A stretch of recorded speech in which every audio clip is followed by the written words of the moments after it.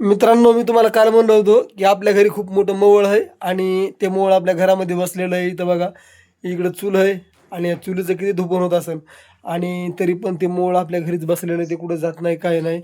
एवढी मोठी पोळी लागली त्याला, एवढा मोठा मध आहे आणि ते मवळ काय उठलेलं नाही, काही नाही. त्याला तसंच सांभाळलेलं आहे. कारण ते कोणाचा तरी परिवार आहे. हे बघा, किती मोठं मवळ आहे. आहे का नाही? दुसरी गोष्ट हे मवळ जवळपास 3 महिने झालं आपल्या घरी बसलेलं आहे आणि त्या माश्या कोणाला चावत नाहीत, काही नाही.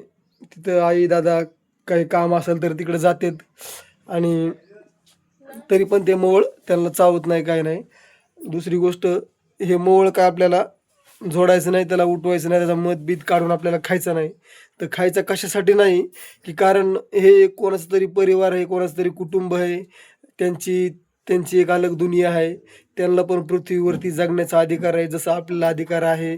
आता बरेच लोकं काय करतात, मवळ उठवितात आणि त्यांनी दिलेले जे अंडे आहेत, त्यांचे पिल्ले आहेत, त्यांना ते फेकून देतात आणि त्याचं जे मध आहे, ते काढून घेतात आणि खातात मस्त गोड-गोड आनंद घेतात.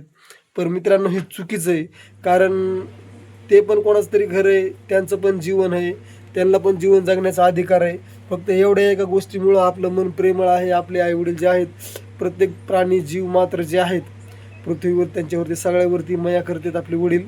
त्याच दृष्टिकोनातून त्यांनी ह्या मवळाला सांभाळून ठेवलेलं आहे.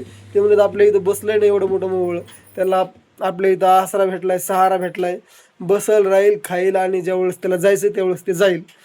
तर चालतंय मित्रांनो, बाय.